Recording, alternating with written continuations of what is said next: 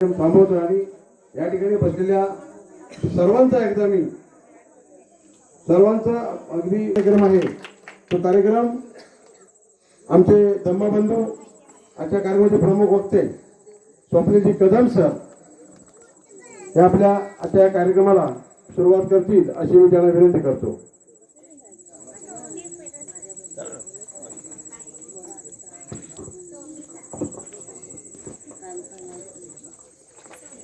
सर्वांनी शांत राहील. सर्वांना क्रांतिकारक जय भीम. जय भीम. मी जय भीम म्हणालो. जय भीम. जोरात आवाज केला पाहिजे डोंगरासाठी. जय भीम. बघा यांचा जोरात आवाज. विश्वाला कल्याणकारी तथागतांचा जन्म, विश्वाला सुखकारक तथागतांचा धम्म आणि विश्वाला आदर्श व तथागतांचा संघ विश्व कल्याणकारी सम्यक संबुद्ध तथागत भगवान गौतम बुद्ध या भारत देशाच्या भूमीतील कणाकणामध्ये बुद्ध फिरणारे महान राजे सम्राट अशोक अंधारमय युगात काव्यरूपी प्रकाश किरण पेरून मानवी जीवनात जनजागृती निर्माण करणारे काव्याचे थोर काव्य संग्रही संत कबीर अज्ञानाच्या वाळवंटात शिक्षणाची हिरवळ निर्माण करून या देशातील तमाम शूद्रांना ज्ञानाचं समतेचं आणि बंधुत्वाचं ज्ञानामृत पाजणारे क्रांतिकारक थोर क्रांतिकारक महात्मा ज्योतिबा फुले प्रकांड पंडित विद्वत्तेचा मेरुमणी विचारांचा धगधगता ज्वालामुखी आणि जगातील सर्वात मोठी लोकशाही असलेल्या भारत देशाची राज्यघटना स्वातंत्र्य समता आणि बंधुता या तत्व प्रणालीच्या आधारावर लिहिणारे विश्वभूषण बोधिसत्व डॉक्टर बाबासाहेब आंबेडकर शिक्षणाच्या दिव्य ज्योतीच्या ज्योतीने घराघरात पेटवल्या ज्ञानाच्या वाती आणि त्याच वातीने इथे स्त्रीयुगात घडली क्रांती. त्या क्रांतीच्या थोर नायिका माता सावित्रीबाई फुले दिनदुबळ्यांची माऊली महासूर्याची सावली नवकोटीची आई माता रमाई आणि जिच्या कुशीतून स्वराज्य जन्माला आला ती राजमाता जिजाऊ आणि त्या वारसदारांना हे देखणं स्वप्न विलया पार पडलं ते राजा छत्रपती शिवाजी महाराज या सर्व महामानवांच्या विचारांना त्यांच्या त्यागांना प्रथमतः विनम्र अभिवादन करतो. भारतीय बौद्ध महासभा गाव शाखा पुरगे पंचशील आदर्श संघ पुरगे माता रमाई महिला मंडळ यांच्या संयुक्त विद्यमाने छत्रपती शिवाजी महाराज तथागत भगवान गौतम बुद्ध सम्राट अशोक महात्मा ज्योतिबा फुले राजर्षी शाहू महाराज आणि डॉक्टर बाबासाहेब आंबेडकर यांचा संयुक्त जयंती महोत्सव आज इथे आयोजित करण्यात आलेला आहे. तर या जयंती महोत्सवानिमित्त आज आपण प्रबोधनाचा कार्यक्रम म्हणून व्याख्यान आयोजित केलेलं आहे. त्या व्याख्यानाच्या या कार्यक्रमाचे सन्माननीय अध्यक्ष आपल्या मुंबई मंडळाचे माजी अध्यक्ष आदरणीय चंद्रकांतजी पवार या विचार मंचावर उपस्थित आपल्या गावच्या प्रथम नागरिक सरपंच आदरणीय शीतल गारडी मॅडम त्याचप्रमाणे या कार्यक्रमाला विचार मंचावर उपस्थित अध्यक्ष आदरणीय दीपकजी पवार सर सरचिटणीस एन शिवराज पवार सर त्याचप्रमाणे महिला मंडळाचे अध्यक्ष मोहिनी पवार मॅडम आणि माझ्यासोबत आलेले आदरणीय सुरेशजी मोहिते आणि ज्यांच्यामुळे मी आज तुमच्या समोर इथे येऊ शकलो आणि हा निसर्गरम्य असा देखावा पाहिला तुमच्या गावाचा ते माझे मोठे बंधू समान मित्र आदरणीय सिद्धार्थजी पवार आणि उपस्थित सर्व बंधू भगिनींना पुन्हा एकदा माझा सन्मानाचा क्रांतिकारक जय भीम. जय भीम. खरं तर सकाळपासूनच सकाळी मी राजापूरला होतो. पाऊस खूप होता भिजलो आणि तुमच्याकडे मला पवार गुरुजींनी फोन केला की कदम आमच्याकडे पाऊस खूप पडलाय आणि मी पण तिकडे पावसात भिजलो. राजापूर ओशिवळे या गावी माझा कार्यक्रम होता सकाळी. म्हटलं जाऊ की नको पण गुरुजींना शब्द दिला.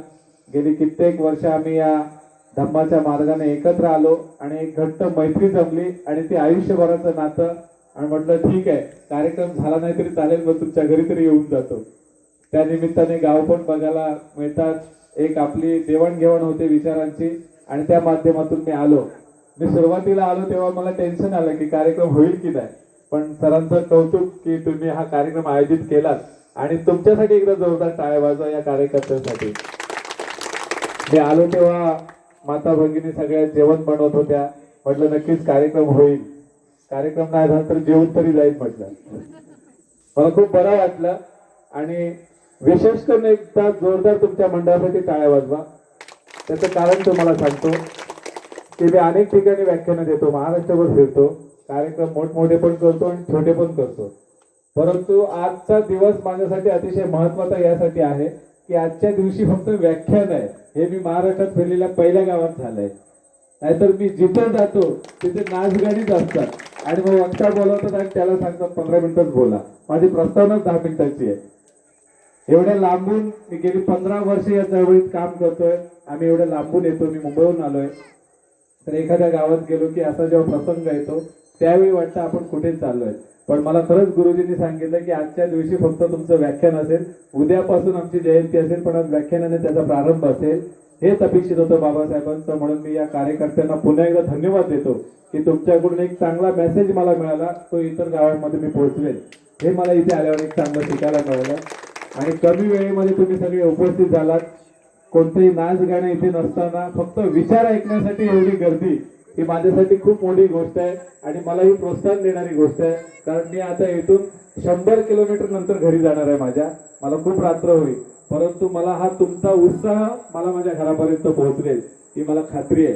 त्यासाठी मी तुम्हाला धन्यवाद देतो. आज मला जो विषय दिला इथे, तो विषय एवढा मला खूप आवडला विषय. त्या विषयाचं नाव आहे कोकणातील धार्मिक चळवळीची दशा आणि दिशा. 68 वर्ष धर्मांतराला झाले आहेत आणि मी गुरुजींना धन्यवाद देईन की हा विषय मी सकाळी सुद्धा राजापूरला दिला आणि त्या लोकांना तो पटला सुद्धा. कारण आज खऱ्या अर्थानं गरज आहे. आज महाराष्ट्रामध्ये अनेक ठिकाणी आंबेडकरी चळवळीच्या माध्यमातून, आपल्या संपूर्ण बौद्ध समाजाच्या माध्यमातून अनेक मे महिन्यामध्ये संपूर्ण महाराष्ट्रभर जयंतीचे कार्यक्रम होत आहेत. परंतु जयंतीचे कार्यक्रम होत असताना आंबेडकर चळवळीचे म्हणजे कोकणातील विशेषतः धार्मिक चळवळीवर सध्या बोललं जात नाही. कारण आपल्या जयंतीचे जे कार्यक्रमाची रूपरेषा असते, मी कोणावर टीका करत नाही, परंतु मी स्पष्ट वक्ताय. लोकांना खरं बोलणारे वक्ते आवडतात, खरं बोलणारे आवडत नाहीत. पण समाजाला खरे बोलणारे लोकांची आज गरज आहे, खरं बोलणाऱ्या लोकांची नाही. आणि म्हणून मी आज 15 वर्ष काम करतोय, बिनधास्तपणे काम करतोय. उद्या मेलो तरी चालेल, पण खरं बोलूनच मरेल. हा एक उद्देश मी घेऊन इथे आलेलो आहे. कारण लोकांच्या भावना दुखवतील याच्याशी मला काही देणं घेणं नाही. कारण माझ्यासाठी डॉक्टर बाबासाहेब आंबेडकरांच्या भावना आणि त्यांचे विचार फार महत्वाचे आहेत. आणि म्हणून बांधवांनो, हा जो विषय आहे की आंबेडकरी चळवळीतील विशेषतः कोकणातील धार्मिक चळवळीची दशा आणि दिशा, या विषयाचं मला एवढं त्या गुरुजींनी मला 4-5 दिवसापूर्वी सांगितलं की या विषयावर तुम्हाला बोलायचं आहे. मला खूप विषय आवडला. मी म्हटलं माझ्या परिणिमीत न्याय देण्याचा प्रयत्न करेन. खरं तर डॉक्टर बाबासाहेब आंबेडकरांनी 13 ऑक्टोबर 1935 रोजी घोषणा केली की मी हिंदू धर्मात जन्माला आलो तरी हिंदू धर्मात मरणार नाही. आणि डॉक्टर बाबासाहेब आंबेडकरांनी ही घोषणा केल्याच्या नंतर 21 वर्षाच्या प्रदीर्घ अभ्यासाच्या नंतर डॉक्टर बाबासाहेब आंबेडकरांनी या देशातील एक सर्वोत्कृष्ट असा धर्म असलेला, मानवाशी निगडीत असलेला, मानवाच्या विज्ञानावर निगडीत आधारित असलेला हा तथागत बुद्धांचा धर्म डॉक्टर बाबासाहेब आंबेडकरांनी आपल्या समाजाला दिला, स्वतः घेतला. पहिल्यांदा डॉक्टर बाबासाहेब आंबेडकरांनी भंते चंद्रमणींच्या हस्ते दीक्षा घेतली. बाबासाहेबांनी धर्मांतराची जी घोषणा केली की मी उद्या येणाऱ्या अशोका विजयादशमी दिनी धर्मांतर करणार आहे. ज्यांना माझा विचार पटेल त्या लोकांनी तिथे आले तरी चालतील आणि नाही आले तरी चालतील. बाबासाहेबांनी कोणावर जबरदस्ती केली नव्हती. कारण बाबासाहेबांचं वाक्य होतं, मी उद्या येणाऱ्या अशोका विजयादशमीला धर्मांतर करीत आहे, बौद्ध धर्मामध्ये प्रवेश करीत आहे. आणि बाबासाहेबांनी बघा, कोणी जर चळवळीची पुस्तकं वाचली असतील तर लक्षात घ्या, बाबासाहेबांनी जो धर्मांतर केलं, जो धम्मदीक्षेचा कार्यक्रम घेतला, पहिल्यांदा स्वतः दीक्षा घेतली बाबासाहेबांनी भंते चंद्रमणींच्या हस्ते आणि नंतर उपस्थित लोकांना दिली आहे. म्हणजे बाबासाहेबांचा विचार ज्यांना पटला ते ह्या धम्मामध्ये आले आणि त्यांनी धम्मदीक्षा घेतली. आणि म्हणून बाबासाहेबांनी बौद्ध धम्मच का निवडला? काय कारण होतं बाबासाहेबांना बौद्ध धम्म निवडायला? कारण 13 ऑक्टोबर 1935 ला डॉक्टर बाबासाहेब आंबेडकरांनी घोषणा केली की मी हिंदू धर्मात जन्माला आलो तरी हिंदू धर्मात मरणार नाही. बाबासाहेबांनी जो अपमान सहन केला होता, बाबासाहेब या व्यवस्थेला बदलायला निघाले. परंतु 21 वर्षाच्या प्रदीर्घ बाबासाहेबांना जर हिंदू धर्म टीका करायची नव्हती, तिरस्कार करायचा नव्हता, परंतु त्या धर्माला बदलण्यासाठी बाबासाहेबांनी अहोरात्र परिश्रम केले. काळारामचा मंदिरचा सत्याग्रह असेल, नाशिकचा सत्याग्रह असेल, चौदार तळ्याचा सत्याग्रह असेल, ही समानता निर्माण करण्यासाठी हे सत्याग्रह केले होते. परंतु बाबासाहेबांच्या लक्षात आलं की इथे आता आपलं काही चालणार नाही, म्हणून आपण मार्ग निवडूया. आणि म्हणून बाबासाहेबांनी मार्ग निवडला आणि तो मार्ग डिक्लेअर केल्याच्या नंतर या देशातले अनेक धर्मगुरू डॉक्टर बाबासाहेब आंबेडकरांकडे आले आणि डॉक्टर बाबासाहेब आंबेडकरांना म्हणाले की बाबासाहेब तुम्ही आमच्या धर्मामध्ये या. मुस्लिम धर्मगुरू बाबासाहेबांना म्हणाले की बाबासाहेब तुम्ही आमच्या धर्मामध्ये या. ख्रिश्चन धर्मगुरू बाबासाहेबांना म्हणाले बाबासाहेब तुम्ही आमच्या धर्मामध्ये या. शीख धर्मगुरू डॉक्टर बाबासाहेब आंबेडकरांना म्हणाले की बाबासाहेब तुम्ही आमच्या धर्मामध्ये या. परंतु डॉक्टर बाबासाहेब आंबेडकरांनी 1935 ते 1956 पर्यंत या समाजाचा अभ्यास केल्याच्या नंतर, इतर धर्माचा अभ्यास केल्याच्या नंतर, चळवळ चालवल्याच्या नंतर बाबासाहेबांच्या लक्षात आलं की मला बुद्ध धम्मच का आवडला. त्याचं एक छोटस उदाहरण मी नेहमीच जातो तिथे देतो. एक छोटस उदाहरण आहे की छत्रपती शिवाजी महाराज असतील, तथागत बुद्ध असतील, सयाजीराव गायकवाड महाराज असतील, छत्रपती शाहू महाराज असतील, महात्मा ज्योतिबा फुले असतील, संत कबीर असतील, संत बसवण्णा असतील, संत तुकाराम असतील, या महान विचारवंतांनी जो उदारमतवादी विचार मांडला, जो मानवतावादी विचार मांडला, तो मानवतावादी उदारमतवादी विचार डॉक्टर बाबासाहेब आंबेडकरांना तथागत बुद्धाच्या धर्मामध्ये दिसले. एक छोटस उदाहरण तुम्हाला सांगतो. एक वडील आणि मुलगा असतो. वडील ऑफिसमध्ये कामाला असतात. त्यांचा 7-8 वर्षाचा कोवळा मुलगा असतो. वडील ऑफिस मधलं काम करायला घरी घेऊन येतात. त्यांना माहित असतं की हे काम करायला मला सहज अर्धा ते पाऊण तास जाईल, पण तेवढ्या वेळामध्ये या मुलाला मी कसा गप्प करू. हा मुलगा खोडकर आहे, खेळकर आहे, त्या मुलाला मी कसा शांत बसू. वडील एक युक्ती लढवतात. आपल्या मुलाला घेतात आणि त्यांना समोर एक जगाचा नकाशा पडलेला भेटतो. वडील त्या नकाशा घेतात, टराटरा फाडतात, त्या मुलाला घेतात आणि एका कोपऱ्यामध्ये नेऊन बसवतात आणि त्या मुलाला सांगतात की बाबा रे हा जगाचा नकाशा जोडून दाखव. वडील त्या मुलाला एका कोपऱ्यात बसवतात आणि आपल्या जागेवरून आपल्या टेबलावर येतात घरामध्ये आणि आपल्या ऑफिस मधल्या कामाला सुरुवात करतात. वडील ऑफिस मधल्या कामाला सुरुवात करणार, तोच मुलगा धावत येतो आणि वडिलांना म्हणतो बाबा जगाचा नकाशा जोडून झाला. वडील आश्चर्यचकित होतात. अरे कसं काय शक्य केलं, काय चमत्कार काय केला. तो 7-8 वर्षाचा मुलगा वडिलांना उत्तर देतो, बाबा जो जगाचा नकाशा तुम्ही मला दिला होता, त्या जगाच्या नकाशाच्या पाठी एका माणसाचं चित्र होतं. मी पहिल्यांदा माणूस जोडला, उलटून पाहतो तर जग आपोआप जोडलं गेलं होतं. डॉक्टर बाबासाहेब आंबेडकरांनी जो बौद्ध धम्म तुम्हा आम्हाला दिला, त्या धम्माचं तत्वज्ञान होतं. छत्रपती शिवाजी महाराजांच्या स्वराज्याचं तत्वज्ञान होतं. तथागत बुद्धांचं तत्वज्ञान होतं की माणूस आणि माणसाशी या जगातील असलेलं नातं म्हणजे धम्म.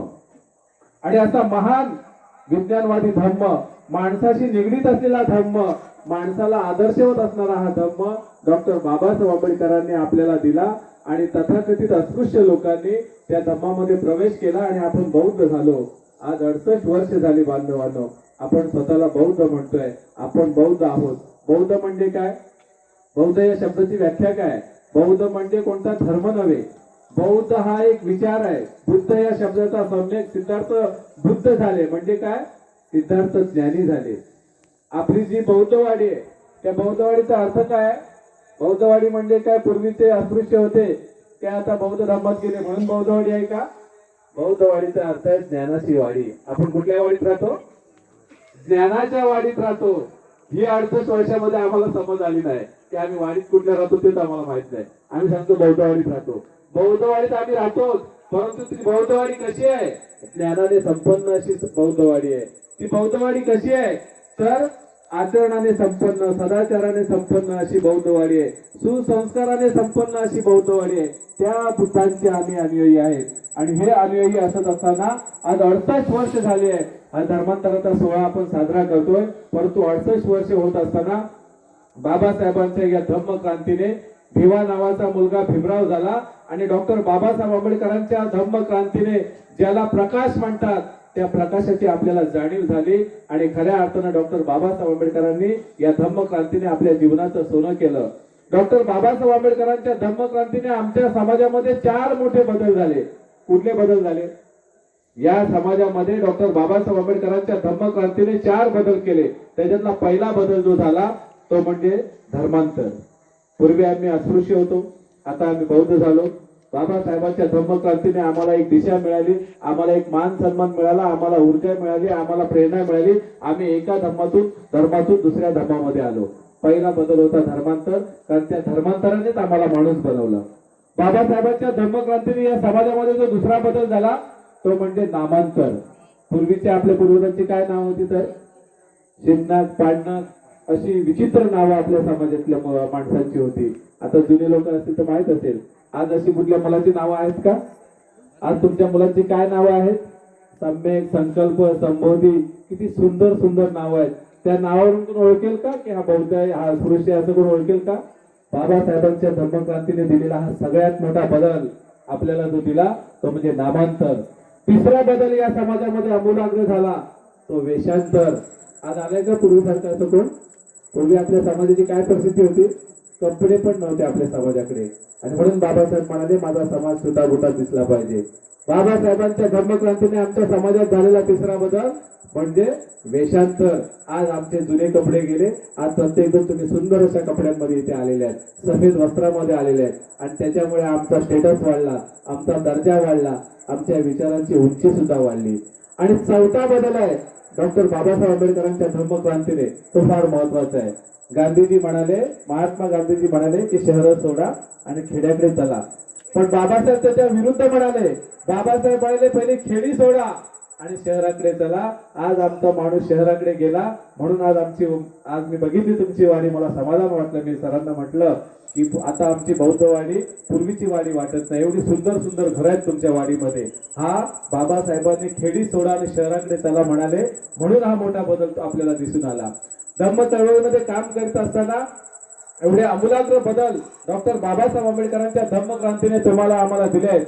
आणि धम्मक्रांती समजून घेत असताना, हा आमूलाग्र बदल दिलेला असताना, आज धर्मांतराची 68 वर्ष आम्ही साजरी करत असताना खऱ्या अर्थानं कोकणातली धार्मिक चळवळ बघा, ज्या देशामध्ये डॉक्टर बाबासाहेब आंबेडकरांनी बौद्ध धर्माची बीजं रोवली, जो बौद्ध धर्म या देशामधून नष्ट झाला होता, त्या बौद्ध धर्माला या देशामध्ये पुनर्जीवित करण्याचं काम डॉक्टर बाबासाहेब आंबेडकरांनी केलं. ज्या देशामधून बुद्धं शरणं गच्छामी, धम्मं शरणं गच्छामी, संघं शरणं गच्छामीचा सूर हद्दपार झाला होता. सम्राट अशोकांच्या 84,000 सम्राट अशोकांची 84,000 विहार ज्या देशामध्ये ज्या व्यवस्थेने जमीन दोस्त केली होती, गाळली होती, ती डॉक्टर बाबासाहेब आंबेडकरांच्या धम्मक्रांतीने या देशामध्ये पुन्हा एकदा बुद्धं शरणं गच्छामी, धम्मं शरणं गच्छामी, संघं शरणं गच्छामीचा सूर या देशामध्ये निनादू लागला. या देशामध्ये पंचशिलेचे झेंडे गायब झाले होते, ते पंचशिलेचे झेंडे रस्त्यावर लागू लागले, फडकू लागले, आमच्या घरांवर सुद्धा फडकू लागले. हे पंचशिलेचे झेंडे फडकवण्याचं काम डॉक्टर बाबासाहेब आंबेडकरांच्या धम्मक्रांतीने केले. आमच्या घरांना, आमच्या मुलांना तर चांगली नावं मिळाली, आमच्या घरांना सुद्धा लुंबिनी, राजगृह, कपिल वस्तू अशी नावं मिळाली. डॉक्टर बाबासाहेब आंबेडकरांनी अजिंठा तज्जिन लेण्या ज्या डोळ्यात अश्रू आणून या बौद्ध संस्कृतीची यशोगाथा सांगत होत्या, त्या बौद्ध संस्कृतीला डॉक्टर बाबासाहेब आंबेडकरांच्या धम्मक्रांतीने पुन्हा एकदा नवीन पायवाट दिली, नवीन ऊर्जा दिली, नवीन विचार दिला, आणि तो विचाराचा आता राजमार्ग झाला. आणि त्या राजमार्गावरून चालण्याचं काम आज तुमच्या आमच्यासारखे कोकणातली सगळी लोक जे पूर्वी अस्पृश्य होते ते आज बौद्ध बनून त्याचा एक राजमार्ग तयार केला. आणि त्या राजमार्गामुळे आज आपण एवढे सोन्याचे दिवस पाहतोय बांधवांनो. हे एवढे दिवस पाहत असताना, कुठेतरी आंबेडकरी चळवळीचं समीक्षण करत असताना आज अनेक लोक जयंतीच्या उत्सवामध्ये मग्न आहेत. पण बांधवांनो, आंबेडकरी विचार जागृत ठेवायचा जर असेल तर आपल्या मनोरंजनाबरोबर आपलं प्रबोधन सुद्धा असायला पाहिजे. आपल्या प्रत्येक कार्यक्रमामध्ये विचारांची सांगड असायला पाहिजे. तुमच्या सुखामध्ये तर विचार असायलाच पाहिजे, परंतु बौद्ध धर्म सांगतो तुमच्या दुःखामध्ये सुद्धा विचारांची सांगड असायला पाहिजे. आणि ही विचारांची सांगड घालताना, विचारांचा जागर घालताना आज खऱ्या अर्थानं या देशामध्ये हजारो विहार पुन्हा निर्माण झाली. या देशामध्ये, या समाजामध्ये, या कोकणामध्ये सुद्धा हजारो वक्ते निर्माण झाले, हजारो लेखक निर्माण झाले, लाखो कवी गायक निर्माण झाले, लाखो शिक्षक निर्माण झाले या कोकणामध्ये बाबासाहेबांच्या धम्मक्रांतीने. आणि 50-50 लाख, 1-1 करोडची विहार आज कोकणामध्ये निर्माण झाली आहेत. हा एकीकडे चांगला बदल आहे, पण दुसरीकडे 1-1 लाखाची विहार निर्माण होत असताना, एवढ्या या समाजामध्ये लाखो विद्वान माझ्यासारखे वक्ते निर्माण झाले असताना, अनेक बौद्धाचार्य निर्माण झाले असताना, अनेक शिक्षक, वकील, डॉक्टर, देशामध्ये पहिल्या नंबरला शिक्षणामध्ये आज बौद्ध समाज आहे, एवढी सगळी लोक असताना आंबेडकरी कोकणातील धार्मिक चळवळ कुठे आहे? बाबासाहेबांच्या धम्मक्रांतीने सामाजिक बदल झाला, आर्थिक बदल झाला, शैक्षणिक क्रांती तर म्हणण्यासारखी अगदी खूप गतिमान झाली. आज कोणी अडाणी राहिलाय अशी चित्र आपल्याला दिसत नाही. परंतु धार्मिक चळवळ कुठे आहे? बाबासाहेब म्हणतात, तुम्हाला जर तुमची कोणतीही क्रांती यशस्वी करायची असेल, छत्रपती शिवाजी महाराजांनी स्वराज्य निर्माण केलं, त्याच्या मागे संत तुकारामांनी केलेली धार्मिक क्रांती होती. आणि म्हणून फॉरेन कंट्रीमध्ये जो ख्रिश्चनांचा धर्म वाढला, त्याच्यामध्ये त्यांनी केलेली धार्मिक क्रांती होती. आणि तथागत बुद्धांच्या धार्मिक क्रांतीमुळे या देशामध्ये एक नवीन विचार मिळाला. आणि म्हणून बाबासाहेब म्हणतात, तुम्हाला कोणती क्रांती यशस्वी करायची असेल, सामाजिक असेल, आर्थिक असेल, राजकीय असेल, शैक्षणिक असेल, तर धार्मिक प्रगती तुम्हाला तुमची जोपासता आली पाहिजे. त्याचं कारण काय आहे की धार्मिक माणूस म्हणजे धार्मिक म्हणतोय. धार्मिक म्हणजे कोण? सफेद कपडे घालणारा धार्मिक नव्हे, त्रिसरण पंचशील तोंडपाठ करणारा धार्मिक नव्हे, मी तुमच्याशी बोलतोय म्हणून मी धार्मिक नव्हे. तर धार्मिक म्हणजे आचरण करणारा, लोकांच्या स्वतःच्या जीवनामध्ये आमूलाग्र बदल करून दुसऱ्यांना एक चांगला विचार देऊन दुसऱ्यांना अज्ञानाच्या मार्गातून ज्ञानाकडे आणणारा तो धार्मिक माणूस. अशा धार्मिक क्रांती जर आपण केली तर खऱ्या अर्थानं कोकणातील जी धम्म चळवळ आहे ती गतिमान होण्याची दिशा मिळेल. मी असं कधीच म्हणणार नाही की कोकणामध्ये धार्मिक चळवळीला तिची अवस्था झाली आहे, परंतु शोकांतिका का वाटते? मी अनेक ठिकाणी गेलो. मी परवा एका गावामध्ये गेलो होतो. मी तुम्हाला एक छोटंसं उदाहरण देतो. कधी कधी मला वाईट वाटतं की आपण माईकवरच आपण आपल्या समाजाबद्दल असं बोलतो, पण नाईलाज आहे, कारण आपण चळवळीची समीक्षा करणं फार गरजेचं आहे. मी एका कार्यक्रमामध्ये गेलो. जयंतीचा कार्यक्रम चालू होता. अध्यक्षांनी, म्हणजे असं कोणी मनाला लावून घेऊ नका, इथला कार्यक्रम नाही आहे, मी एक उदाहरण देतो, कारण समाजामध्ये उठत बसत असताना आपल्याला उदाहरण कळतात. मी कार्यक्रमाला गेलो. तिथल्या कार्यकर्त्यांनी माझं नाव घेतलं की स्वप्नील कदम यांनी मेणबत्ती प्रज्वलित करावी. आता मुंबईच्या सेक्रेटरीचा आणि गावच्या त्या अध्यक्षांचा वाद होता. मला माहित नव्हता. मी उठलो, मेणबत्ती प्रज्वलित करायला गेलो. ते अध्यक्ष आले, त्यांनी माझा हात धरला आणि म्हणाले तुम्ही मेणबत्ती प्रज्वलित करायची नाही. मी लोका ते बोलले नाही, ते मुंबईचा आला ना सेक्रेटरी, तोच करू दे, तुम्ही थांबा, मी या कार्यक्रमाचा अध्यक्ष आहे, तुम्ही करायचे नाही. आता मी बघता मी टेन्शन मध्ये आलो, मी नेमकं काय करू? मी त्यांना म्हणाला जाऊ दे दादा, काय वाद असतील तर आपण नंतर करू, आपण कार्यक्रम करतोय. ते म्हणाले नाही नाही, बघा धार्मिक चळवळ आपली कुठे चालली आहे. विहारामध्ये जर आमचे हे वाद असतील तर कशाला पाहिजे 80 लाखाची विहार, 60 लाखाची विहार? विहार शब्दाचा अर्थ कळला का आपल्याला? कोकणातली धार्मिक चळवळ तुम्हाला दिसतात सुटाफुटात सफेद वस्त्रामध्ये, पण मी तुम्हाला सांगतो प्रत्येक गावामध्ये आज अशी अवस्था आहे ना की आम्ही बुद्धं शरणं गच्छामी, धम्मं शरणं गच्छामी आणि संघं शरणं गच्छामीचा अर्थच समजून घेतला नाही. आम्ही फक्त बोलणारेच झालो. या समाजामध्ये वक्ते एवढे झालेले आहेत. आता मी आज इथे प्रमुख वक्ता आहे म्हणून ठीक आहे, पण तुमच्याकडे पण माझ्यापेक्षा बोलणारे भरपूर असतील. मी जिथे जातो तिथे बघतो, कारण आपली लोक माईकवर बोलण्यात हुशार आहेत. कारण ज्या मंडळाची निर्मिती झाली, ज्या संघाची आपली निर्मिती झाली, तो पायाच आपला एवढा भक्कम आहे की आमचा बारका मुलगा जरी उठला तरी तो कोणत्याही विषयावर 10 मिनिटं बोलू शकतो. एवढं आपलं फाउंडेशन मजबूत आहे. फक्त ते समजून घेण्याची गरज आहे की आपल्याला नेमकं काय करायचं आहे. ही चळवळ जर अधिक गतिमान करायची असेल, आज ज्या चळवळीने आपल्याला एक संस्कृतीचा वारसा दिलाय, ज्या डॉक्टर बाबासाहेब आंबेडकरांच्या धम्मक्रांतीने या कोकणाला गतिमान केलंय आणि कोकणातली धार्मिक चळवळ गतिमान झाली आहे. पूर्वी आमच्याकडे विहार नव्हती, आज प्रत्येक गावामध्ये लाखो लाखो रुपयांची विहार बांधली आहेत. हा एक मोठा बदल आहे. विहार कशासाठी निर्माण करायची होती? तर डॉक्टर बाबासाहेब आंबेडकरांना जे धर्मांतर करायचं होतं, ते धर्मांतर डॉक्टर बाबासाहेब आंबेडकरांना कशासाठी करायचं होतं? डॉक्टर बाबासाहेब आंबेडकरांनी धर्माची घोषणा केल्याच्या नंतर, धर्मांतराची घोषणा केल्याच्या नंतर अनेक धर्मगुरू म्हणाले की डॉक्टर बाबासाहेब आंबेडकर तुम्ही आमच्या धर्मात या, कारण तुमचा समाज फार गरीब आहे. आम्ही तुम्हाला एवढा पैसा देऊ की तुमच्या समाजाची संपूर्ण गरिबी नष्ट करू. बाबासाहेबांनी म्हणाले, बाबासाहेब म्हणाले माझं जे धर्मांतर आहे ते गरिबी दूर करण्यासाठी नाही आहे, माझं धर्मांतर श्रीमंत होण्यासाठी नाही आहे, माझं धर्मांतर सुसंस्कृत होण्यासाठी आहे. हा शब्द फार महत्वाचा आहे. माझं धर्मांतर कशासाठी आहे? माझं धर्मांतर सुसंस्कृत होण्यासाठी आहे. तुमच्या मंडळाचं नाव किती सुंदर आहे, आदर्श, म्हणजे पंचशील आदर्श, आणि पुढे आहे संघ. तुमच्या त्या नावातच एवढी ताकद आहे, त्या नावातच धम्मतत्वज्ञान आहे. पंचशील मानवी जीवनाचा पाया आहे. आणि पंचशील काय आहे? पंचशील हे मानवाला आदर्श बनवतं. आणि ते आदर्श कधी बनेल मानव? तर तुम्ही संघ शक्तीने एकत्र असाल. हा संघ कुठला आहे? संघ म्हणजे नेमकं काय? एखाद्याच्या प्रेत यात्रेला जमलेला समुदाय म्हणजे संघ आहे का? किंवा साखरपा एसटी स्टँडवर पुढे गाडीची वाट बघणारी 20-25 लोकांचा समूह म्हणजे संघ आहे का?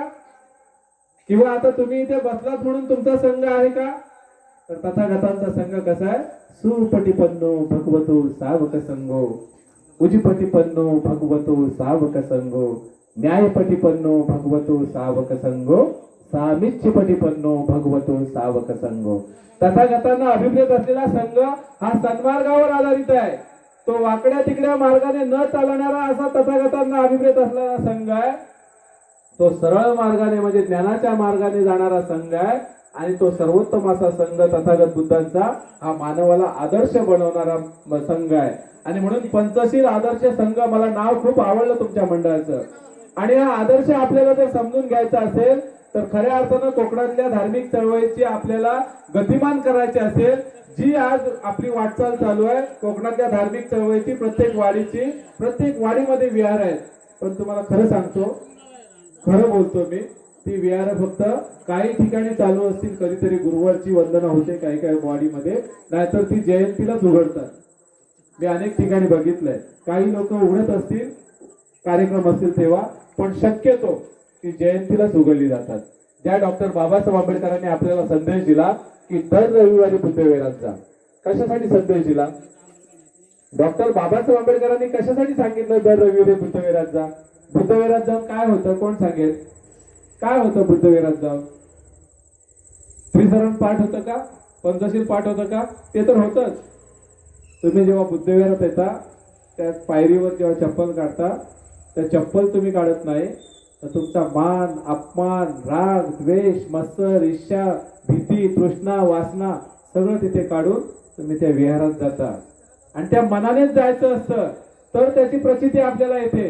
पण तो आम्ही तिथे गेल्यावर पण याचा सत्कार केला, माझा नाही केला, ह्याने मेणबत्ती लावली, मला नाही दिली, ह्याने अगरबत्ती लावली, मला नाही दिली, अशा मनाने जर विहारात गेलो आणि माझा सत्कार होणार आहे म्हणून मी जर विहारात गेलो तर विहारात न गेलेलंच बरं.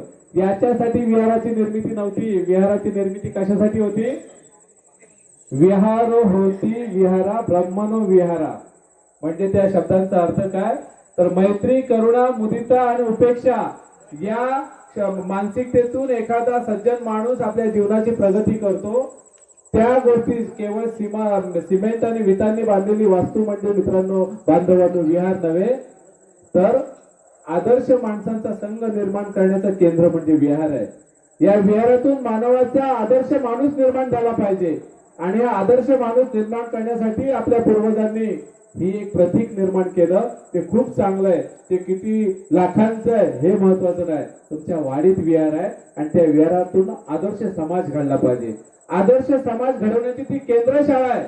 पण ते आम्हाला कधी कळलंच नाही. आज अनेक ठिकाणी कोण जागेवर म्हणजे जी कोकणातली विहार आहेत ती प्रत्येक म्हणजे मी अनेक ठिकाणी फिरतो की कोकणातल्या विहारांची भांडणं काय आहेत. मी धर्मादाय आयुक्ताला पण अनेक वेळा कामासाठी जातो, तर धर्मादाय आयुक्ताला अनेक विषय कुठले पेंडिंग आहेत आपल्या समाजाचे की विहार पूर्वजांनी सांगितली. पूर्वीची लोक खूप श्रद्धावान होती, त्यांनी सांगितलं माझ्या जागेत बांध विहार, भावकीने बांधा.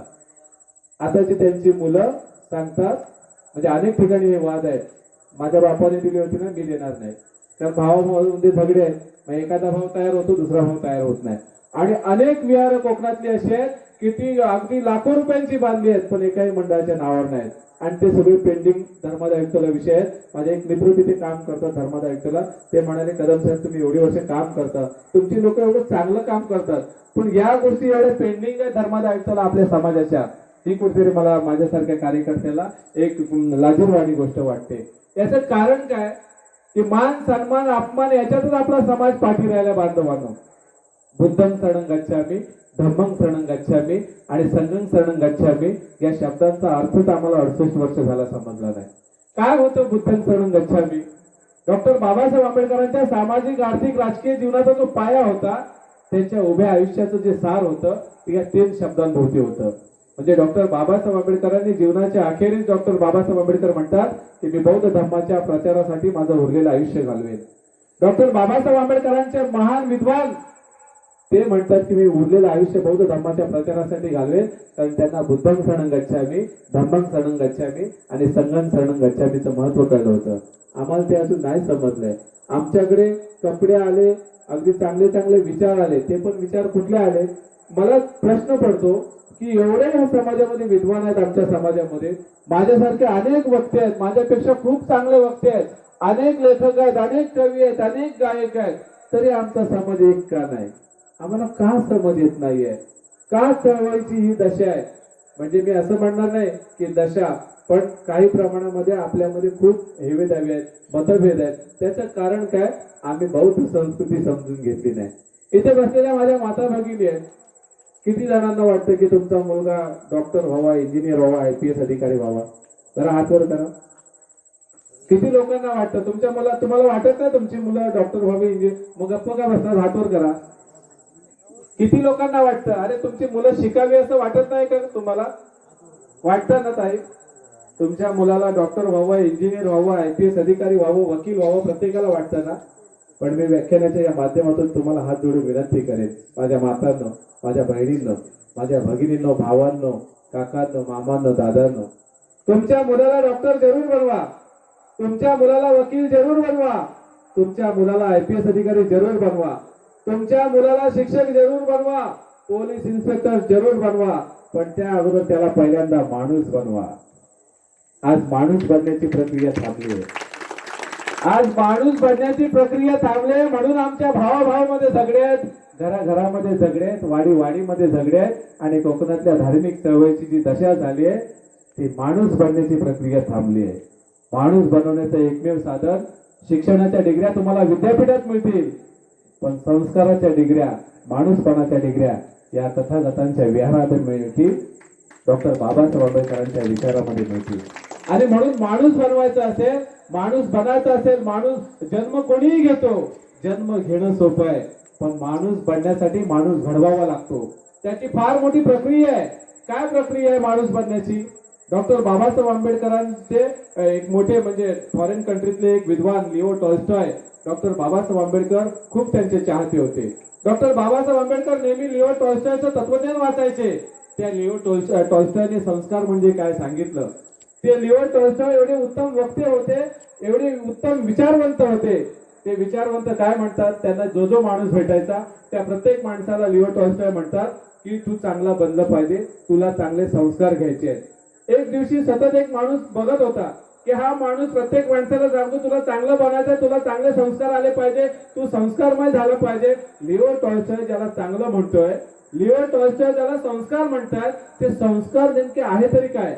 त्याला थोडी शंका वाटली, कुतूहल वाटलं, म्हणून तो माणूस त्या लिओ टॉल्स्टॉयकडे गेला आणि म्हणाला की सर तुम्ही ज्याला संस्कार म्हणता ते संस्कार नेमकं काय आहे? लिओ टॉल्स्टॉय त्या माणसाला म्हणाले, लिओ टॉल्स्टॉय उभे होते, त्यांच्या बाजूला एक लोखंडाचा असा तुकडा होता छोटासा. तो लोखंडाचा तुकडा त्यांनी हातात घेतला आणि त्या माणसाला म्हणाला हा साधा लोखंडाचा तुकडा आहे, याची साधारण बाजारामध्ये किती किंमत होईल जर हा विकला तर? तो माणूस म्हणाला अरे लोखंडाचा तुकडा आहे, साधा तर आहे, याची जेमतेम म्हणजे त्या काळचं त्यांनी उदाहरण दिलंय त्या पुस्तकामध्ये. ते म्हणाले जेमतेम 4-5 रुपये साधा तुकडा आहे. मग लिओ टॉल्स्टॉय त्या माणसाला म्हणाले याच्यावर जर मी थोडी प्रक्रिया केली तर, याला थोडा आकार दिला तर, याला थोडी प्रक्रिया केली तर याची किती किंमत येईल? तो म्हणाला याला जर थोडी प्रक्रिया केली, छान आकार दिला, चांगला बनवला या लोखंडाच्या तुकड्याला तर 100 रुपये येतील बाजारामध्ये. मग लिओ टॉल्स्टॉय त्याला म्हणतात आणि या लोखंडाच्या तुकड्याला मी प्रक्रिया करून, त्याला परिपूर्ण प्रक्रिया करून त्याला जर मी यंत्र बनवलं तर याची बाजारात किती किंमत येईल? ते म्हणतात अहो यंत्र बनवलं तर खूप मोठी किंमत येईल. लिओ टॉल्स्टॉय म्हणाले हे संस्कार आहे. आपल्या मुलाला घडवलं पाहिजे.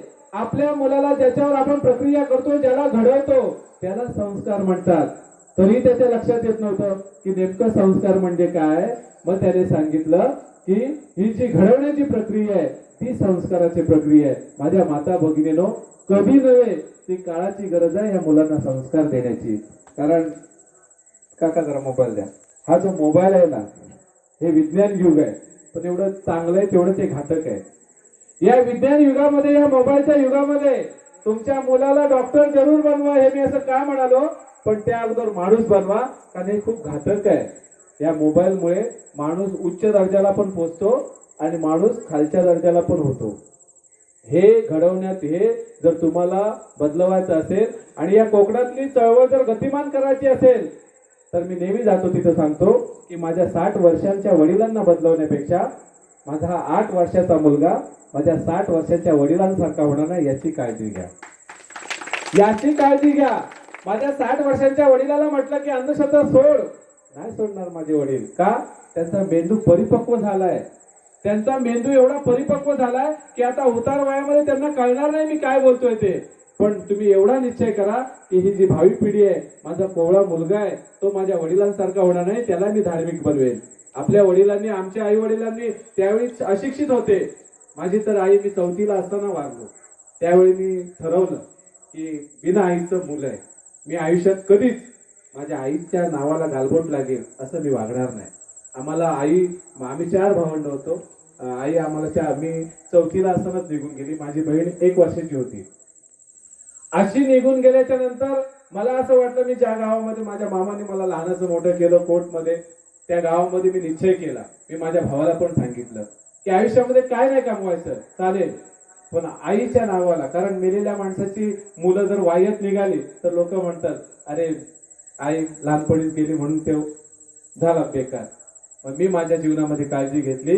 मी त्यावेळी संकल्प केला लहानपणी की मी माझ्या आईचं नाव कधीच खाली पडू देणार नाही. माझ्या भावांनो, माझ्या छोट्या बालकांनो, तुमच्या आई वडिलांचं नाव तुम्ही जपलं पाहिजे, तो संकल्प केला पाहिजे, तरच आपली चळवळ गतिमान करता येईल. कारण कार्यकर्ता हा घरात घडतो. कार्यकर्ता कुठे घडतो? कार्यकर्ता विहारात घडत नाही, कार्यकर्ता घरात घडतो. कारण डॉक्टर बाबासाहेब आंबेडकर म्हणतात, धर्म तुमच्या घराच्या भिंतीच्या आत. धर्म तर पुस्तकात आहे, तो विहारात तर आहे, परंतु तो तुमच्या घराच्या 4 भिंतीच्या आत कसा आहे, तो माणसामध्ये कसा आहे, घरातलं तुमचं रिलेशन कसं आहे, त्याच्यामध्ये कार्यकर्ता घडतो. आणि घरात घडलेला कार्यकर्ता तो समाजात येतो, भावकीत येतो, मंडळात येतो, आणि त्यानंतर तुमचं मंडळ आदर्श बनतं.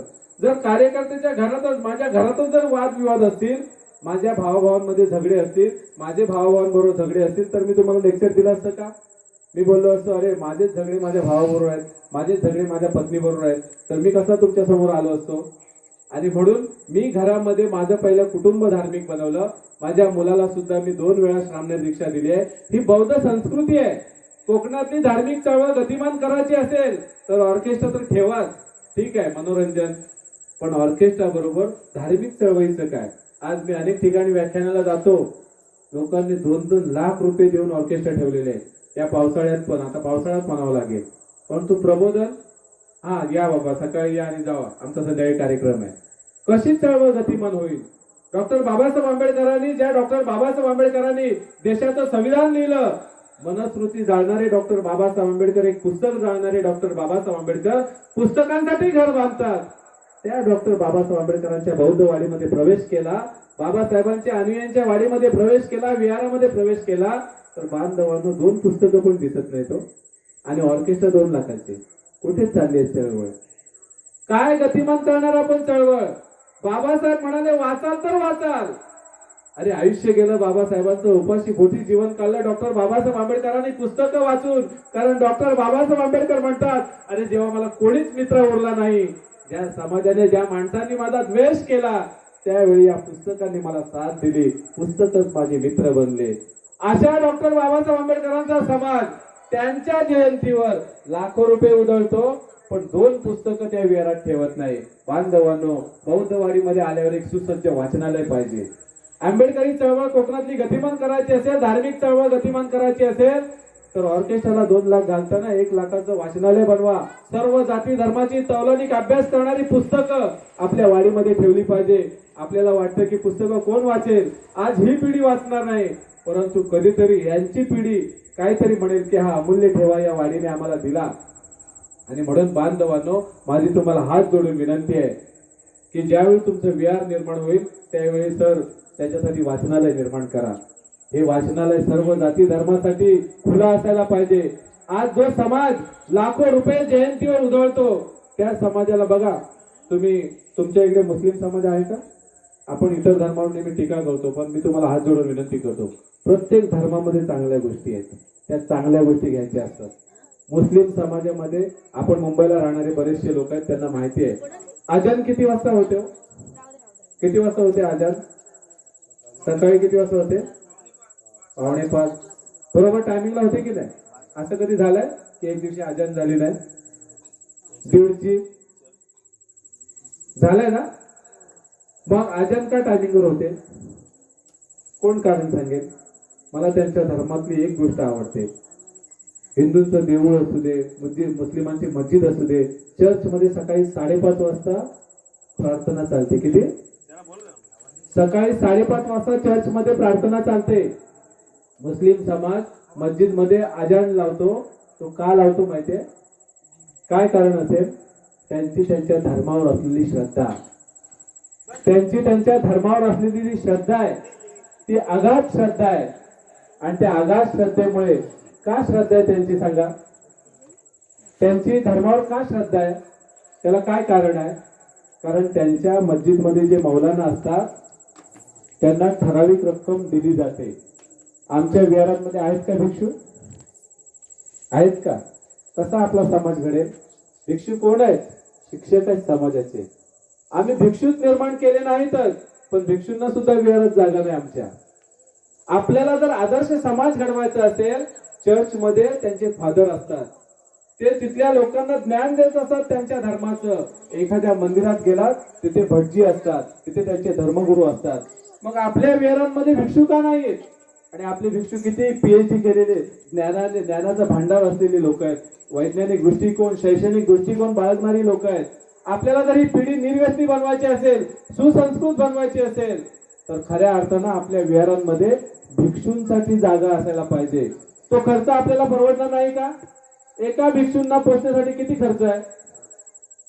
किती खर्च आहे आपल्याला? कमी खर्च आहे. आपण जर वर्षाला 2-2 लाख रुपये उधळतो, तर माणूस घडवायचा असेल, तुमच्या विहारामध्ये कम्प्युटरचं संच पाहिजे. तुमच्या विहारामध्ये UPSC MPSC, आज विदर्भामध्ये बघा MPSC UPSC पास होणारी मुलं कुठली आहेत? विदर्भातली आहेत. आणि कोकणातली किती आहेत? आता आमच्या शिरवली गावची एक लेडीज मुलगी, ती UPSC मध्ये भारतामध्ये 871 रँकने पास झाली आहे. ही कोकणातल्या चळवळीला दिशा देणारी गोष्ट आहे. आणि याकडे ही चळवळ जर गतिमान करायची असेल, तर आंबेडकरी अनुयायी म्हणून आणि एक भारतीय आदर्श नागरिक म्हणून आपल्या समाजाने प्राथमिक जबाबदारी घेतली पाहिजे. की बाबासाहेबांनी ज्या शिक्षणावर खर्च केला, त्या समाजामधून 15वी शिकलं म्हणजे झालं नाही, तर UPSC MPSC पास करणारे अधिकारी निर्माण करायचे असतील, तर पहिल्यांदा तुम्हाला विहारामध्ये वाचनालय उघडावी लागतील. विहारामध्ये वाचनालय उघडावी लागतील. विहारामध्ये सर्व जाती धर्माचा, सर्व तौलनिक अभ्यास करणारे धर्मग्रंथ, सर्व शिक्षणाला अभिप्रेत असणारे ग्रंथ तुम्ही निर्माण केले पाहिजे. आणि त्यासाठी आपण प्रयत्न करायला पाहिजे, तर आपली धार्मिक चळवळ गतिमान होईल. आपण काय केलं? फक्त जयंत्या, नाच, गाणी, ऑर्केस्ट्रा याने माणूस सुसंस्कृत होणार नाही. ज्या डॉक्टर बाबासाहेब आंबेडकरांनी भारतीय संविधान निर्माण केलं, त्या डॉक्टर बाबासाहेब आंबेडकरांनी भारतीय संविधान, एकीकडे डॉक्टर बाबासाहेब आंबेडकरांनी बुद्ध आणि त्यांचा धम्म हा ग्रंथ लिहिला, आणि तेच डॉक्टर बाबासाहेब आंबेडकर एकीकडे धम्मग्रंथ सुद्धा लिहितात आणि दुसरीकडे भारतीय संविधान लिहितात, आणि त्यामध्ये सर्व धर्माला स्वातंत्र्य देतात. काय उद्देश होता? बुद्ध आणि त्यांच्या धम्माचा उद्देश माणूस जोडण्याचा आहे, तसा भारतीय संविधानाचा उद्देश सुद्धा माणूस जोडण्याचा आहे. हे भारतीय संविधान हा संविधानाचा अमृत महोत्सव आहे. 75वा अमृत महोत्सव असताना भारतीय संविधान लोकांपर्यंत पोहोचवण्याचं काम तुमचं आमचं आहे. आणि म्हणून डॉक्टर बाबासाहेब आंबेडकरांची चळवळ गतिमान करायची असेल, माझ्या कोकणातल्या बंधूंनो, आपल्याकडे ही सुपीक जमीन आहे, ज्या मला कधी कधी अभिमान वाटतो आणि एका बाजूला मला दुःख सुद्धा होतं. का अभिमान? या गोष्टीचा वाटतो की ज्या या रत्नागिरीच्या रत्नभूमीतून डॉक्टर बाबासाहेब आंबेडकरांसारखा जागतिक कीर्तीचा विद्वान आमच्या कोकणातून जन्माला आले. त्या कोकण भूमीचा मी सुद्धा पुत्र आहे. त्या डॉक्टर बाबासाहेब आंबेडकरांचा मी सुद्धा अनुयायी आहे. आणि म्हणून छाती भरून येते, ऊर भरून येतो. परंतु दुसरीकडे छत्रपती शिवाजी महाराजांची पावन झालेली ही भूमी, त्या छत्रपती शिवाजी महाराजांच्या विचाराने पदस्पर्शाने पावन झालेली ही भूमी, आणि दुसरीकडे त्याच भूमीमध्ये जगत असताना आज जी काय परिस्थिती बघतो समाजाची, त्यामुळे कुठेतरी मन दुःख होतं.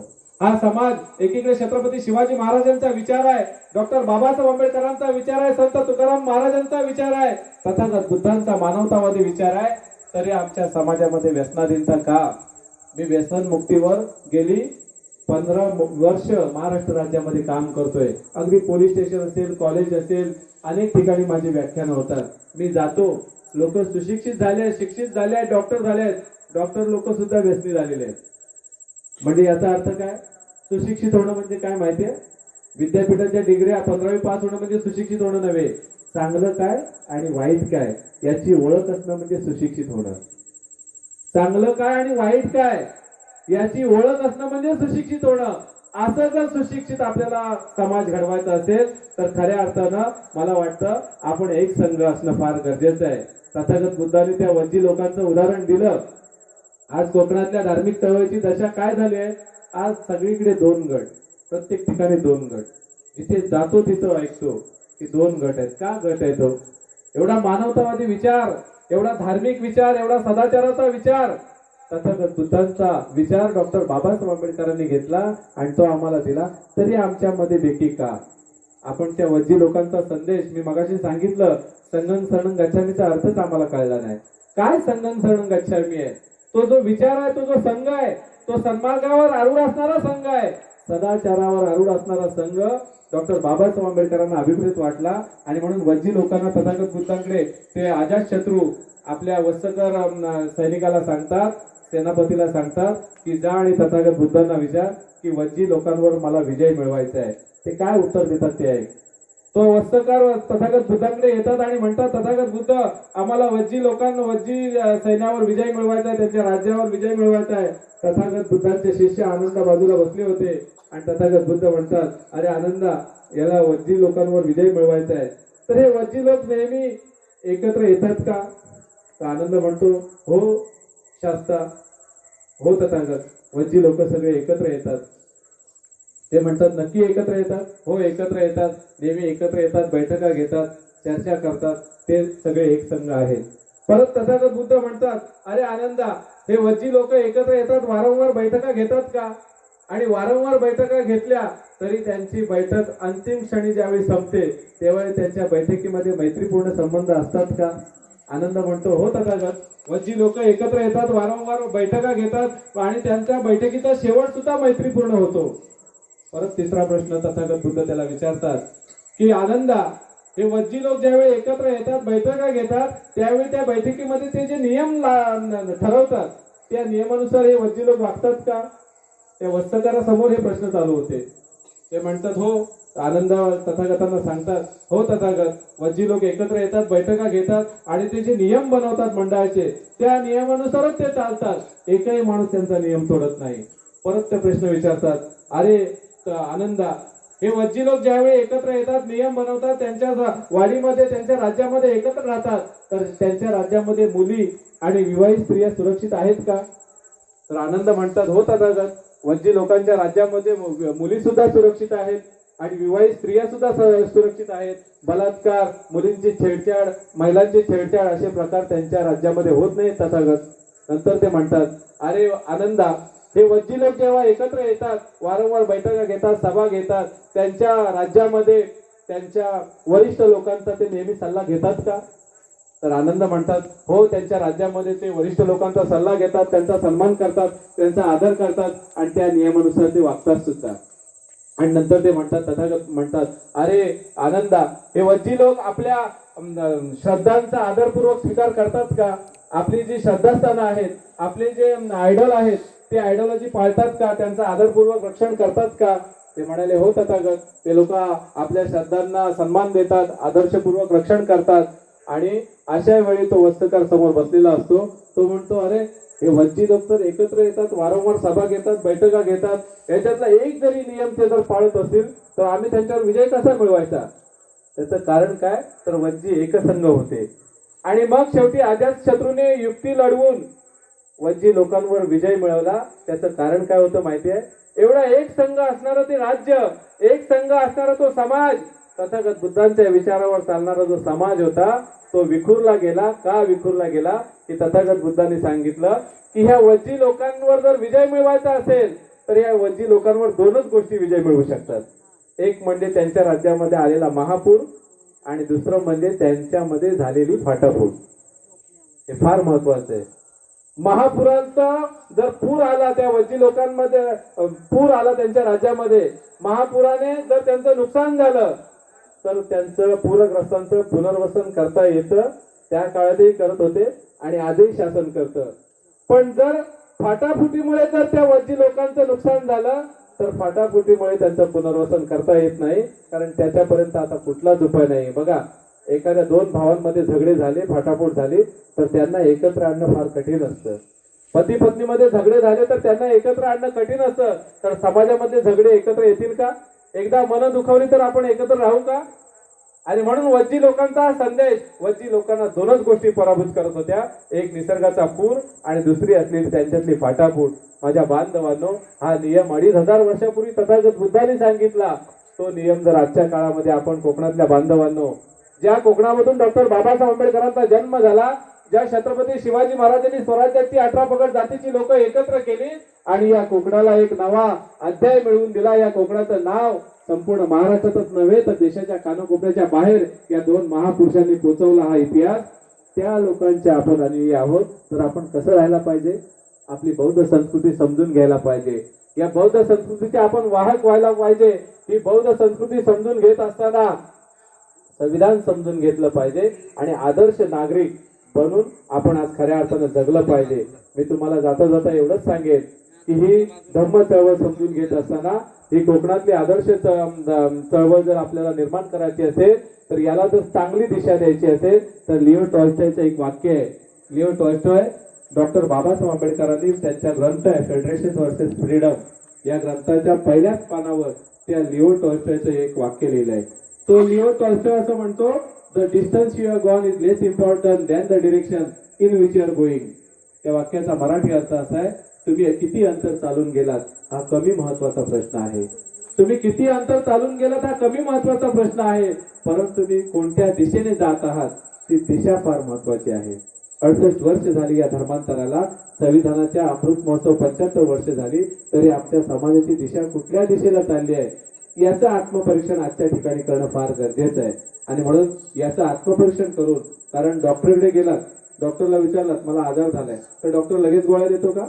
पहिला सोनोग्राफी करायला सांगतो, एक्सरे काढायला सांगतो, MRI करायला सांगतो. चळवळीची सोनोग्राफी करण्याची आज गरज आहे.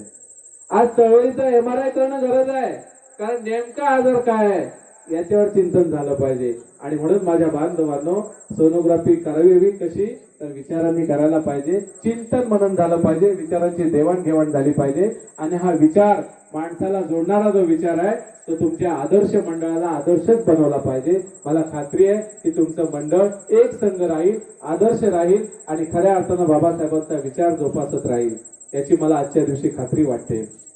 आज आपण सगळेजण काय करतो? डॉक्टर बाबासाहेब आंबेडकरांचा जो संविधानाचा जो विचार आहे तो विचार आपण गावोगावी पोहोचवला पाहिजे. पण काय झालंय आज देशामध्ये? आज बघा, धर्मांचा एवढी मांडली आहे, माजली आहे की आज धर्मामध्ये द्वेष माजवले गेले आहेत. परंतु आपण बौद्ध म्हणून आपली एक जबाबदारी आहे. आपली काय जबाबदारी आहे की या देशाला जर एक संघ ठेवायचा असेल, या देशाला जर आदर्श बनवायचा असेल तर आदर्श नागरिक म्हणून आपण पहिली प्राथमिक जबाबदारी घेतली पाहिजे. एक राजेश गोणारकर नावाचे कवी आहेत, त्यांनी खूप सुंदर संकल्पना मांडली आहे. ते राजेश गोणारकर म्हणतात की का बांधून घेताय तुम्ही स्वतःला जातीच्या दावणीला? का बांधून घेताय तुम्ही स्वतःच्या जातीच्या दावणीला, स्वतःला जातीच्या दावणीला? सुरक्षिततेच्या सांस्कृतिक अफवांवर विश्वास ठेवून जय भवानी, जय शिवाजी, अल्लाहू अकबर, जय भीम बोलो, जय श्रीराम या आरोळ्यांनी विभागून टाकलंय माझ्या सुंदर माणसांना. सुरक्षिततेच्या सांस्कृतिक अफवांवर विश्वास ठेवून जय भवानी, जय शिवाजी, अल्लाहू अकबर, जय भीम बोलो या आरोळ्यांनी विभागून टाकलंय माझ्या सुंदर माणसांना. जातीतली माणसं मायभूमीपेक्षा जेव्हा प्यारी वाटतील, जातीतली माणसं मायभूमीपेक्षा जेव्हा प्यारी वाटतील त्यावेळी खुशाल समजा आपण माणुसकीची लढाई हरवत चाललो आहोत. त्यावेळी खुशाल समजा आपण माणुसकीची लढाई हरवत चाललो आहोत.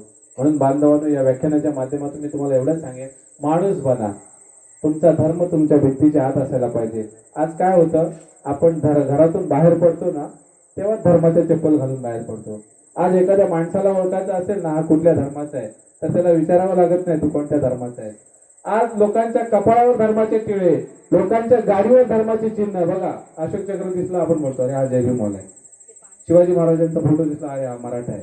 अमुक दिसला अरे हा मुस्लिम आहे. अमुक दिसला हा ख्रिश्चन आहे. लोक असा टिळा दिसला अरे हा धनगर समाजाचा आहे वाटतं. म्हणजे लोक जातीची प्रतीकं घेऊन घरातून आपण बाहेर पडतो. पण या महामानवाने हे देशाचं संविधान दिलं. ते महामानव डॉक्टर बाबासाहेब आंबेडकर म्हणतात 4 एप्रिल 1938 मुंबई विधिमंडळामध्ये डॉक्टर बाबासाहेब आंबेडकरांनी सांगितलं मी प्रथम भारतीय आणि अंतिमताही भारतीय असेल. डॉक्टर बाबासाहेब आंबेडकर म्हणतात मी प्रथम भारतीय आणि अंतिमताही भारतीय. धर्म माझ्या 4 भिंतीच्या आत असायला पाहिजे. हिंदू, मुस्लिम, ख्रिश्चन, बौद्ध, शीख हे मी माझ्या घरात, मी जेव्हा घरातून बाहेर पडेल त्यावेळी भारतीय म्हणूनच बाहेर पडेल. हे भारतीयत्वाची ओळख पोहोचवण्यासाठी हे जयंतीचे उत्सव आयोजित करावे असं मला वाटतं. आणि या माध्यमातून मी तुम्हाला एकच सांगेन की डॉक्टर बाबासाहेब आंबेडकरांच्या विचारांचे जर पायीक व्हायचं असेल ही भावी पिढी जर या महामान छत्रपती शिवाजी महाराजांचा विचार असेल, डॉक्टर बाबासाहेब आंबेडकरांचा विचार असेल, या भावी पिढीपर्यंत जर पोहोचवायचा असेल तर खऱ्या अर्थानं आपल्याला त्यांच्यावर चांगले संस्कार घडवावे लागतील आणि या सवयीला जे आपल्या पेरलेलं आहे ते अधिक उगवण्याचं काम, ज्या लोकांनी हा धम्म मातीत रुजवण्याचं काम केलं, आपल्या वडिलांनी या विहारांच्या माध्यमातून या मातीत रुजवलाय. आपलं फक्त काम आहे की त्याला योग्य असं पाणी द्यावं. का पाणी द्यावं?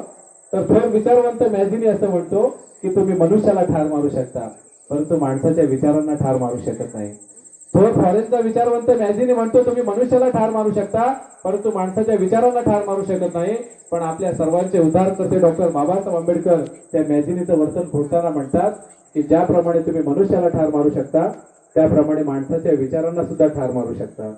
बाबासाहेब उदाहरण देतात की एखाद्या रोपट्याच्या वाढीला पाण्याची आणि गरज असते, त्याच्या वाढीला पाण्याची गरज असते. रोपट्याला जर पाणी दिलं नाही तर वाढेल का? मग रोपट्याच्या वाढीला जशी पाण्याची गरज असते तशी या महापुरुषांच्या विचारांना प्रचाराची आणि प्रसाराची गरज असते. आज या माध्यमातून तुम्ही जो प्रचार करताय, तुम्ही जो प्रसार करताय जयंतीच्या माध्यमातून, तो विचार असाच वाढत जावं, वृद्धिंगत व्हावं. हा कार्यक्रम करीत असताना, या कोकणातली धार्मिक चळवळ गतिमान करत असताना त्यामध्ये या वाडीने पुढाकार घ्यावा, म्हणजे अनेक कार्यकर्ते घडावेत असा एक सम्यक संकल्प मी इथे व्यक्त करतो. आणि जाता जाता तुम्हाला या सगळ्या जयंतीच्या पुन्हा एकदा शुभेच्छा देतो. आणि एवढंच म्हणेन जाता जाता की एक कवी असं म्हणतो की शोधू नका भीम मूर्तीत दगडांच्या, शोधू नका भीम मूर्तीत दगडांच्या, अरे सापडू दे भीम माझा कृतीत माणसांच्या, सापडू दे भीम माझा कृतीत माणसांच्या. या महामानवांचा विचार आपल्या कृतीतून आपण जागृत करूया आणि हा मंगलमय जयंती सोहळा अजून चांगला वृद्धांगित करूया अशी मी एक सदिच्छा व्यक्त करतो. माझे बंधू सिद्धार्थ पवार यांनी मला बोलावलं, आपण माझा मान सन्मान केला त्याबद्दल आपले शतशः आभार व्यक्त करतो, आपल्या प्रति कृतज्ञता व्यक्त करतो. आणि माझ्या व्याख्यानातून, माझ्या वाणीतून जर कोणाच्या भावना दुखवल्या असतील तर तो माझ्या वाणीचा दोष असेल असं मी गृहीत धरतो. आणि माझ्या व्याख्यानातून, माझ्या या प्रबोधनातून जर कोणाच्या भावना आदर्श नागरिक बनण्यासाठी जागृत झाल्या असतील तर तो या महामानवांच्या विचारांचा विजय असेल असं मी गृहीत धरतो. आणि मी माझ्या वाणीला पूर्ण विराम देतो. जय भीम, जय बुद्ध, जय भारत, जय शिवराय, जय संविधान. साधु साधु.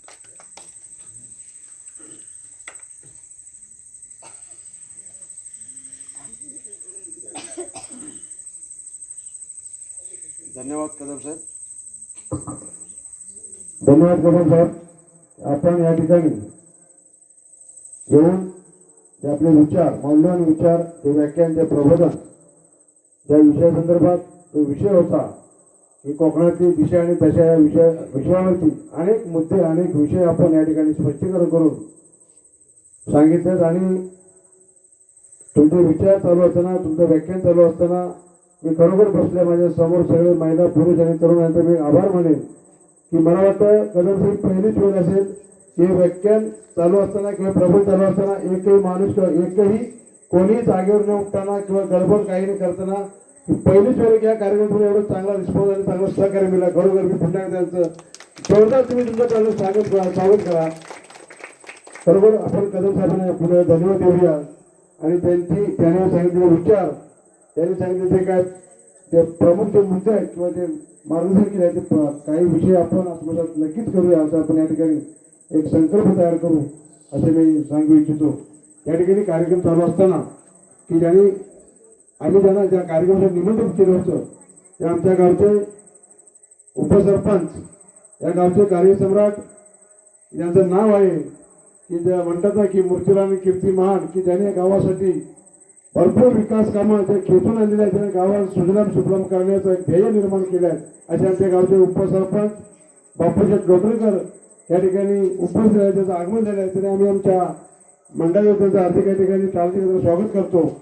त्याचबरोबर आमच्या गावचे तंटामुखचे अध्यक्ष एखादे शिंदे देखील या ठिकाणी उपस्थित आहेत. त्याचबरोबर आमचे सहकारी, आमचे मित्र, आम्हाला सहकार्य करणारे आमचे शिवाय देखील या ठिकाणी उपस्थित आहेत. तरी मी आमचे छोटासा एक स्वागत त्यांचं आम्ही घेतोय. आमचे गावचे उपसरपंच बापूशेठ लोटणकर उप संजू लोटणकर यांचं स्वागत मी मुद्दाम या ठिकाणी आमचे प्रमुख प्रबोधनकार स्वप्नीलजी कदम सर यांना विनंती करतो की आमच्या सरपंचाचं आपण स्वागत करावं. आपण जोरदार टाळ्या वाजवून स्वागत करूया.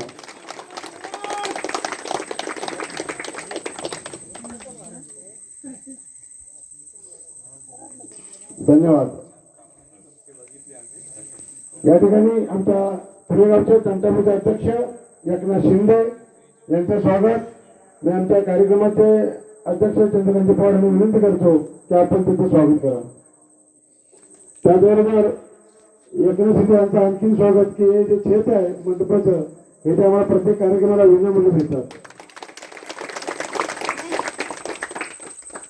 त्यानंतर आमच्या सोबत आलेले सहकारी आमचे ग्रामस्थ शिवाजीला यांचं देखील स्वागत करण्यासाठी विनंती करतो की युवराज पवार आपण तिचं स्वागत करा.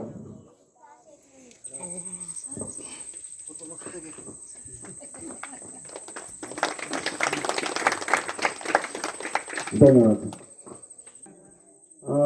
आपण आता हा कार्यक्रम या ठिकाणी आपल्याला कारण स्वप्नील कदम सर यांना खूप लांब जायचं आहे. मला तर आमच्या या गावापासून भागापासून 100 किलोमीटर तुमचं गाव आहे.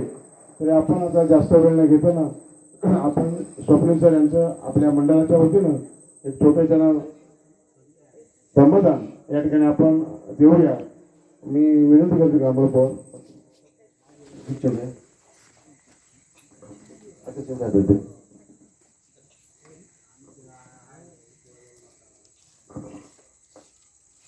माननीय अध्यक्ष चिरंजीव पवार यांना धम्मदान देत आहेत. आपण सर्वांनी टाळ्या वाजवा.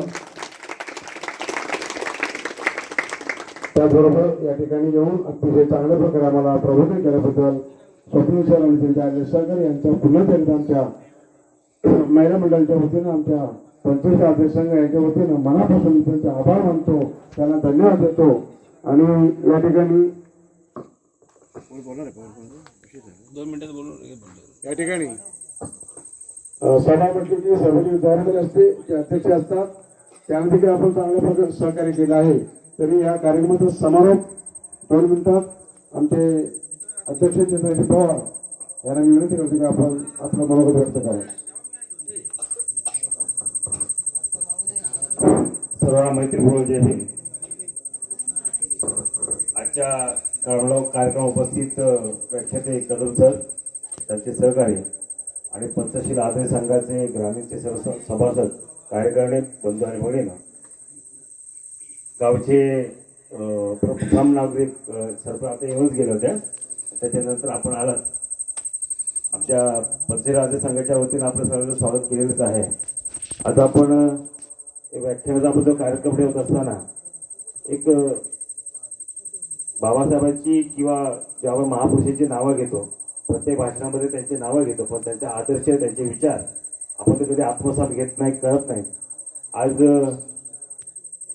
कसं असतं माहिती आहे का आपल्या घरातल्या माणसाने कान टोचले तर त्याची वेदना होतात आणि बाहेरून सोनाराने कान टोचल्याची वेदना होत नाही.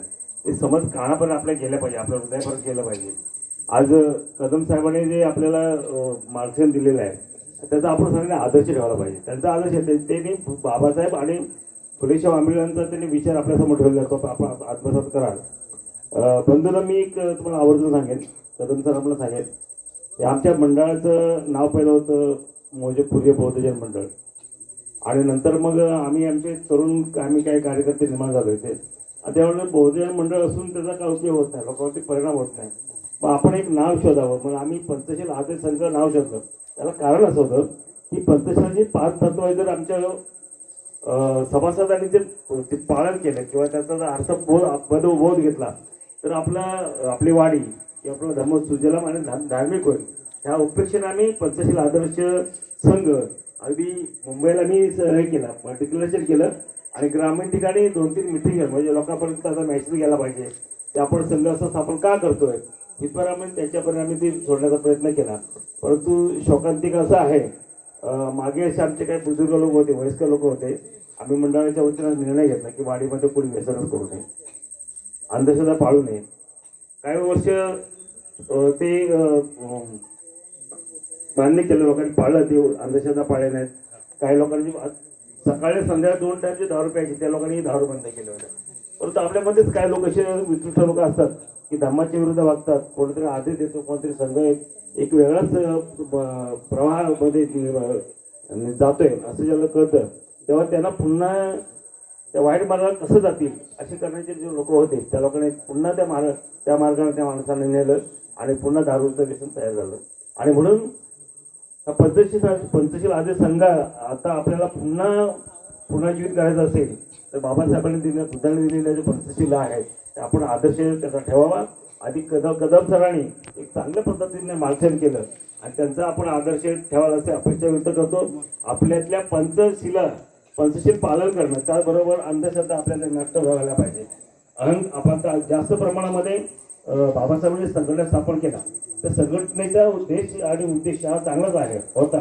परंतु आता मला असं कळतंय की संघटना ज्या बाबासाहेबांनी निर्माण केल्या त्याच अशा आपण म्हटलं तर समूह आहे, भावकी असेल, त्या भावक्यामध्ये दरी निर्माण करतात.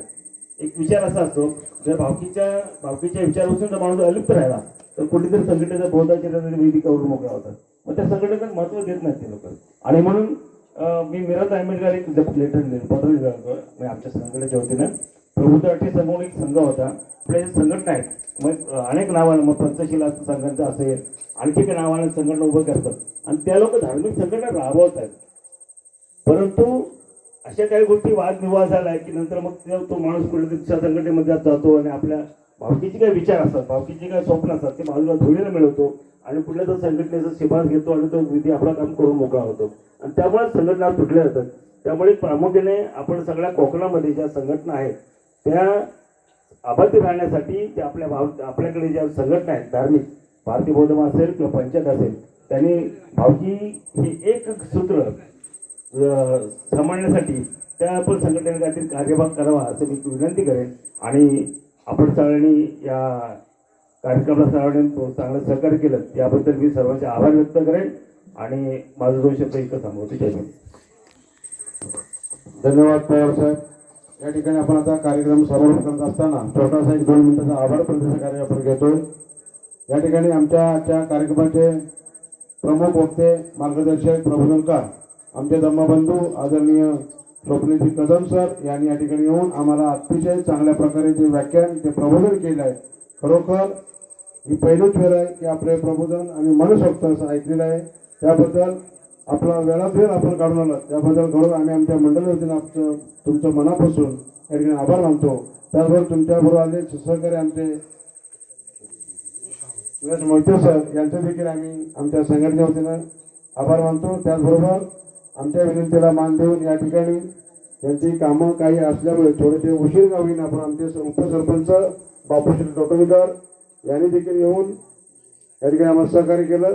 आम्ही सुद्धा आमच्या संघटनेवरून त्यांचा आभार मानतो. त्याचबरोबर आमचे तंटामुख्य अध्यक्ष एकनाथ शिंदे यांनी देखील येऊन आम्हाला या ठिकाणी सहकार्य केलं. त्यांचं सुद्धा आम्ही आमच्या संघटनेमध्ये मनापासून आभार मानतो. शिवहरले यांचे देखील आभार मानतो. त्याचबरोबर आपण सर्वांनी शांततेने सहकार्य केलं त्याबद्दल तुमचं सुद्धा एकदा सगळ्यांचं एकत्रित करून मी आभार मानतो. आणि आजचा जो कार्यक्रम आहे पहिल्या दिवसाचा हा कार्यक्रम या ठिकाणी आपण समारोप करतोय. उद्याचं सत्र जे आपलं आहे 18 मे आपला जो कार्यक्रम उद्या सकाळी नेहमीप्रमाणे 10:30 वाजता या ठिकाणी आपली पंचशील होईल. त्याच्यानंतर 11 ते 11:30 आपलं प्रबोधन सम्राट कांबळे यांचं देखील उद्या प्रवचन होईल. आणि त्याच्यानंतर उद्या बरोबर संध्याकाळी 5 ते 5:30 या ठिकाणी महापुरुषांची भव्य रॅली निघणार आहे. तर आपण त्या रॅलीसाठी आपण सर्वांनी उद्या वेळेवर तयारी करून सज्ज राहायचं आहे अशी मी आपणास विनंती करतो. आणि मी देखील आता या ठिकाणी मी आपली सर्वांची रजा घेतो. आजच्या पहिल्या दिवशी आपल्या सर्वांना शुभ देतो. सकाळपासून तुम्ही अतिशय मेहनत घेऊन दुसरा मुद्दा जाताना सांगतो की मला पण असं वाटत होतं की आमचा कार्यक्रम संध्याकाळी होतो की नाही होतो, कारण एवढा आमच्यावर वरून वाजीने आशीर्वाद दिला होता. पण त्याला आम्ही न डगमगता न घाबरता कार्यक्रम आपण यशस्वीरित्या करून दाखवला. म्हणूनसाठी पुन्हा तुमच्या सर्वांचा आभार आणि या ठिकाणी शुभेच्छा देऊन मी कार्यक्रम संपवतो. जय भीम, जय भारत. काय वाजवा सर्वांनी पुढील कार्यक्रम या ठिकाणी आपण सर्वांनी आता भोजनाची व्यवस्था केली आहे. आपण सर्वांनी भोजन करायचं आहे.